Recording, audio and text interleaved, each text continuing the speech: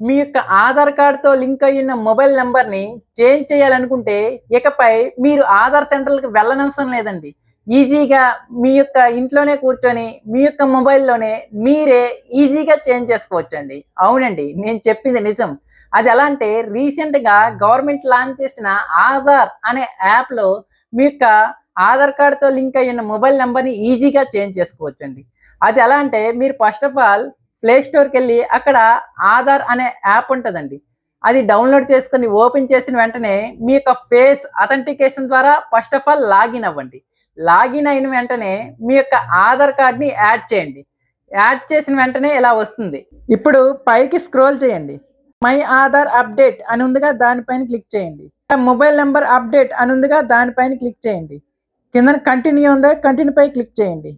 New mobile number అని ఉందిగా మీరు ఏ మొబైల్ నంబర్ అయితే చేంజ్ చేయాలనుకుంటున్నారో ఆ మొబైల్ నంబర్‌ని ఎంటర్ చేయండి. చేసిన వెంటనే కిందన సెండ్ ఓటీపీ అని ఉందిగా అక్కడ క్లిక్ చేయండి. చేసిన వెంటనే మీకొక ఓటీపీ వస్తుంది. ఆ ఓటీపీని ఇక్కడ ఎంటర్ చేయండి. ఎంటర్ చేసిన వెంటనే మీ యొక్క ఫేస్‌ని వెరిఫై చేస్తుంది.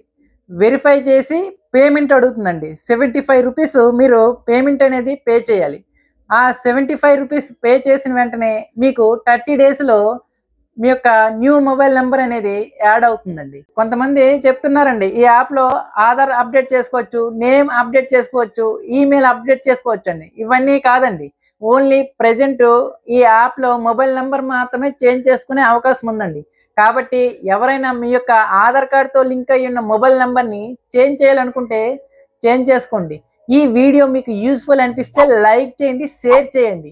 మరెన్నో వీడియో అప్డేట్స్ కోసం మన ఛానల్‌ని ఇంకా ఎవరైనా సబ్స్క్రైబ్ చేయనట్లయితే సబ్స్క్రైబ్ చేసుకోండి.